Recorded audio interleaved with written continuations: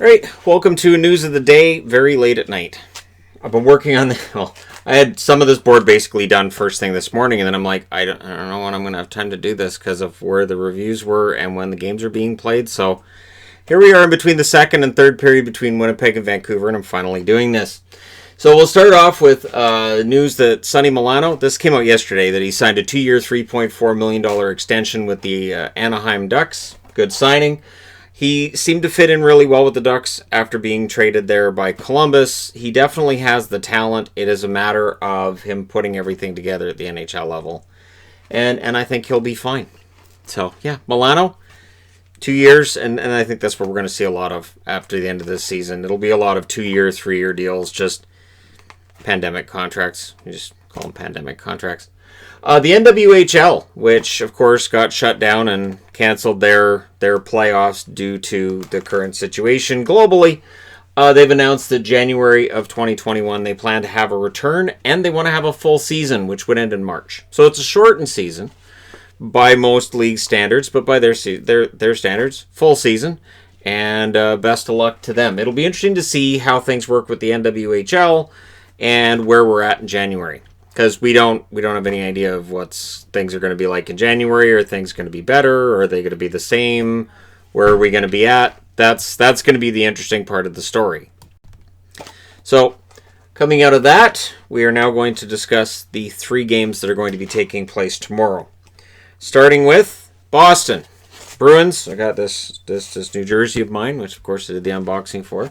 Boston against Columbus. This game being played in Toronto because that's where all the Eastern games are being played. Starts at 4 p.m. Pacific, 4 p.m. Pacific. That's right, 7 p.m. Eastern.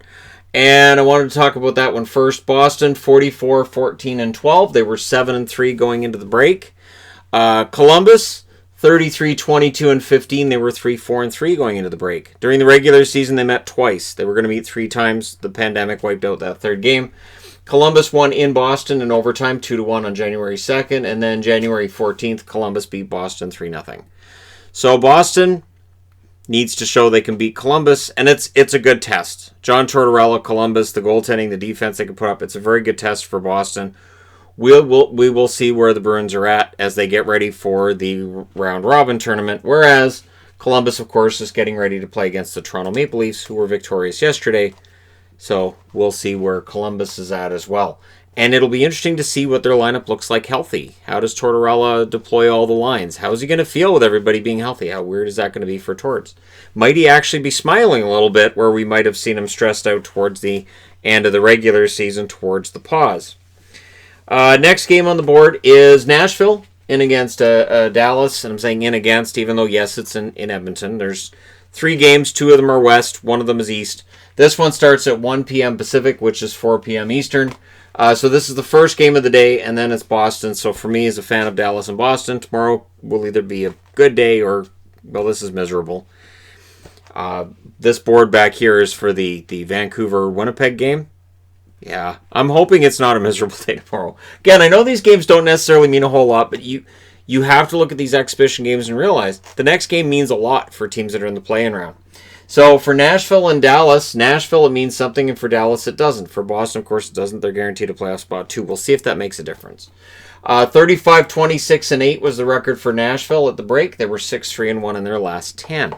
Dallas, 37, 24, and 8. They were 3, 5, and 2 in their last 10. So the last 10 records tell you who was happy that the break happened when it did, potentially, and who might have been like, geez, we had the momentum. It's a shame that we had the break when we did. So Nashville may very well be the team that says, we were going to get into a playoff spot and stay there, and we were going to push teams out.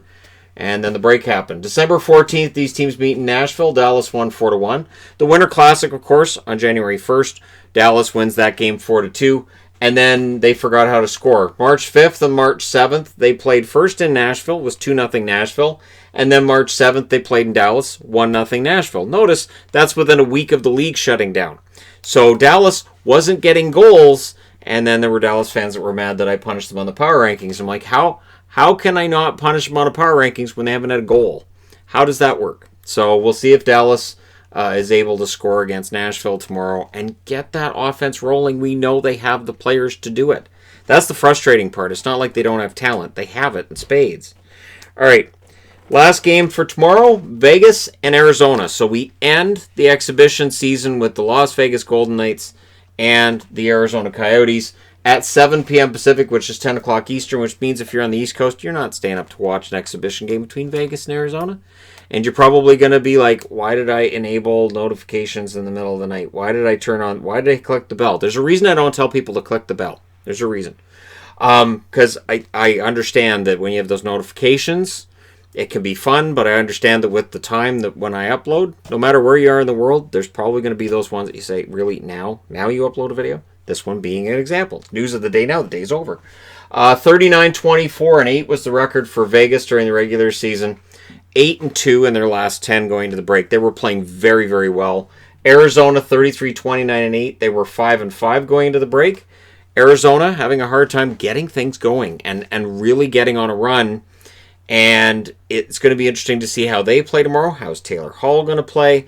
What about Phil Kessel? Are we going to get a really motivated Phil after 4 months off? Or are we going to get Phil after 4 months off, right? So October 10th, these teams met in Arizona. The Coyotes won that one 4-1. That was a very impressive game. November 29th, Vegas wins in a shootout over Arizona 2-1. And honestly, I felt like Arizona should have won that game. They didn't. Vegas won it. December 28th, Vegas then beats Arizona handedly 4-1. These teams are more evenly matched than it might look. Arizona's capable of giving Vegas a hard time, so if Vegas overcomes Nashville in the play-in round and ends up against Vegas in the first round of the actual playoffs, things could get very, very interesting very, very quickly. So now you guys are set for tomorrow's games. The Chicago Blackhawks made headlines today, and this was honestly on the board before it was reported by Sportsnet or TSN, because I follow them, and I follow a lot of people on Twitter that immediately started going nuts over it. Basically, you can't be wearing headdresses to Chicago games anymore. They're banning them from the arena. This is after talking to local natives, and it's fine. And honestly, again, I know there's people who are going to be upset by this, but it's fine. And I think with Chicago, I think with the shift that we've seen in everything, they're just trying to make it like, look, our logo is meant to be respectful, our name is meant to be respectful, and they're trying to show that. So again, it's tough because you're going to have that portion of the population that get mad about all of it. But no headdresses at Chicago games. Are there that many? Like I when I heard this, I thought I don't remember there being that many at games. Maybe I'm wrong. Maybe there's a ton of them, but I don't remember seeing very many of them. So yeah, we'll see. Now, Washington news, and I put this on the board before Washington played Carolina, and Vanacek played well. It would appear Vanacek is going to be the backup for Holtby going into the round robin and then the playoffs. And I do feel kind of bad for Phoenix Copley because I didn't think he played badly enough to be relegated to American Hockey League and third and fourth string status, but here we are. They like Samsonov, and they like Vanacek as well, which may mean that next year you could have a relatively inexperienced duo of Samsonov and Vanacek if Holtby leaves. And then what does that do? Does the team do really well, like we saw with Columbus this year with Elvis and Korpisalo, or what happens? It'll be very interesting to see what happens with Washington over the offseason and whether or not Holtby comes back. Does he sign for less money than he might have made on the market, sign a bridge, like a 2-year deal to bridge himself to beyond all this, or what happens? St. Louis. So St. Louis in that loss today, one of the things that's the storyline right now is, will Vince Dunn play and when? So is he going to play for their first round robin game? That's up in the air. How far away is he? That seems to be up in the air as well. And so we'll see whether or not he plays. That's an interesting storyline out of St. Louis, as today they had a rough night against the Chicago Blackhawks, and we'll see what they do to bounce back from that. But again, they have the round robin. They have time. Teams going into the play-in do not have time. Now, the last piece of news, which I'm kind of surprised by, is apparently Jesse Puljujarvi may very well come back and play for Edmonton. When asked about it, where earlier in the year it was, I'm never playing for the Oilers again, now he says, never say never. Never say never. So there we are. Jesse Puljujarvi may very well be open to coming back and playing for the Edmonton Oilers.